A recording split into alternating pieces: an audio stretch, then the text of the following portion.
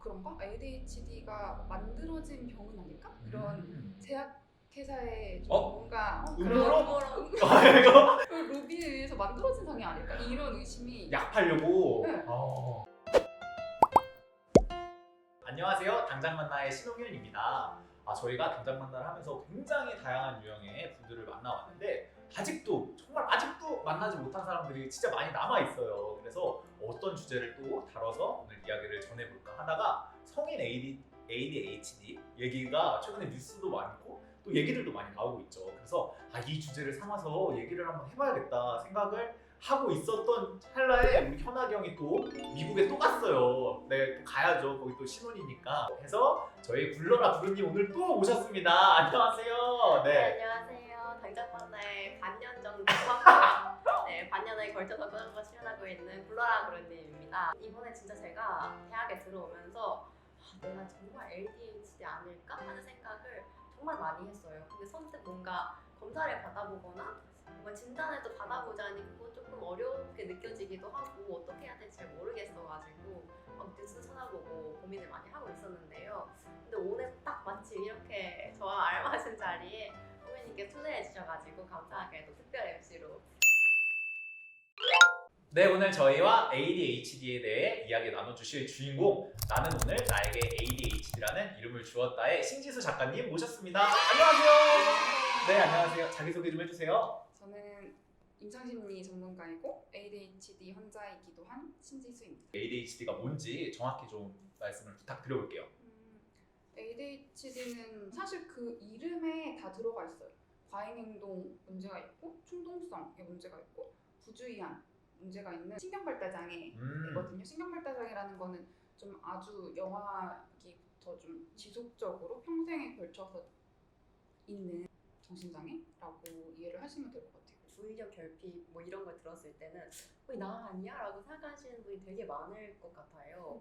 저도 막 항상 고민이 되는데 그러면은 이런 사람이 ADHD다 하는 뭔가 기준 같은 게 있을까요? 사실 저도 그 생각을 되게 많이 했거든요. 그러니까 그런 말을 되게 많이 듣잖아요. 진단 기준을 들었을 때 ADHD와 관련한 누가 안 그래? 당연히 맞아. 깜빡깜빡하는 게 문제야? 나도 그래, 너도 그렇잖아. 그게 무슨 기준이야? 맞아, 나도 산만해. 막 이런. 야, 나도 공부하기 힘들어. 나도 집중력 10분밖에 안 돼. 맞아, 이렇게 말하는 사람들이 진짜 많아서 저도 약간 그런가? ADHD가 만들어진 병은 아닐까? 이런 제약회사의 좀 뭔가 음모론? 그런 영화에서 봤어요 이런 거. 네. 로비에 의해서 만들어진 상이 아닐까? 이런 의심이 약 팔려고? 네. 있었는데 공부를 하면서 알았다기보다 저를 보면서 알았다는 게 맞을 것 같은데 사실 정신장애라고 했을 때 그 여러 가지 기준이 있지만 예를 들어서 우울장애라고 하는 걸 우리가 이제 좀 하나의 질병으로 잘 받아들이고 있잖아요. 누구나 또 우울장애가 되는 건 아니에요. 왜냐면 질적으로 그 슬픔의 강도와 그 슬픔이 얼마나 좀 만연한지 그리고 그 우울감 때문에 얼마나 좀 일상 기능에 방해를 받고 있는지 이런 여러 가지 조건들이 충족되기 때문에 장애라고 명명이 되는 건데 ADHD도 마찬가지로 좀 주의력, 충동성, 과잉행동 이런 문제들 때문에 일상 기능에 정말 현저한 손상이 있고 이게 너무 일상에서 만연하고 그리고 너무 자주 나를 괴롭히고 이것 때문에 좀 정신적인 고통이 있고 질적인 차이가 일반인들이랑은 있기 때문에 장애라고 하는 거예요. 그래서 제가 좀 책을 낸 후에 발견한 하나의 좋은 좀 기준점을 찾았는데 제 책에 그 간단한 좀 자가 진단할 수 있는 표가 있잖아요.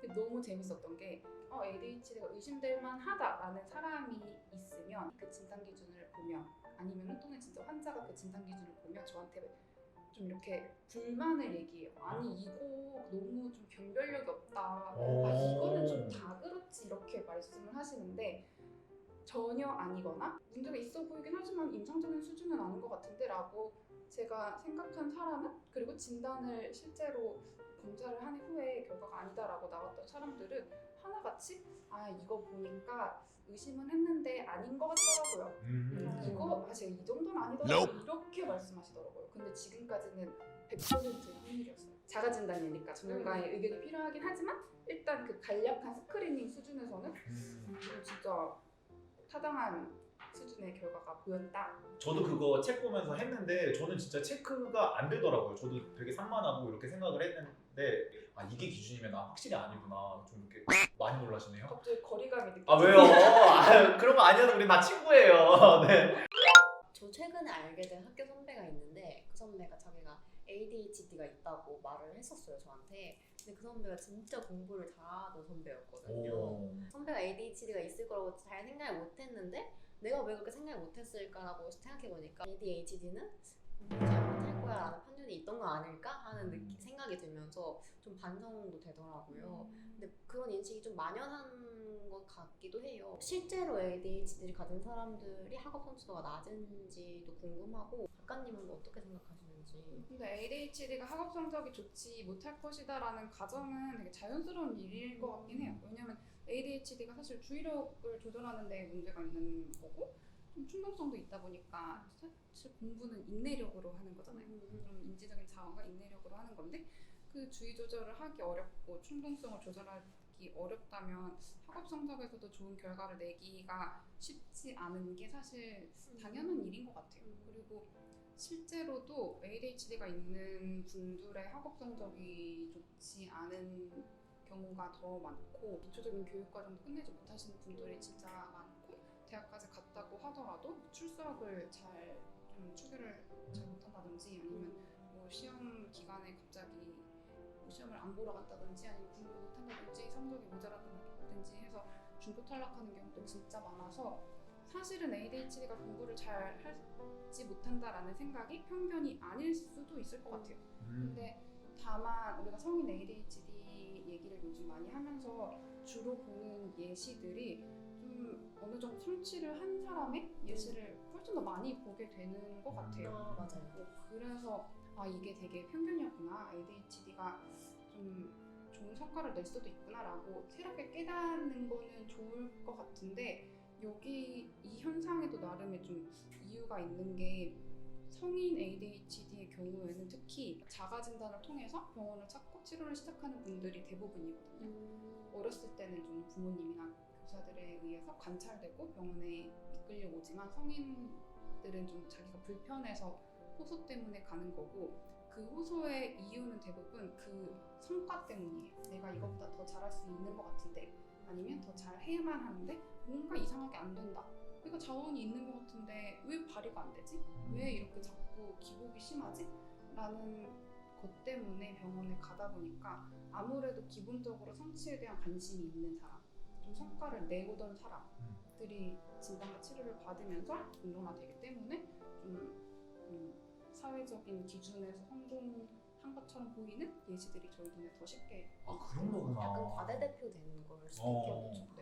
네. 사회학과라서 확실히 그런 표현이 나오네요. 네. 문질했어요. 네, 사회학과 2학년생 김지현님의 질문이었습니다.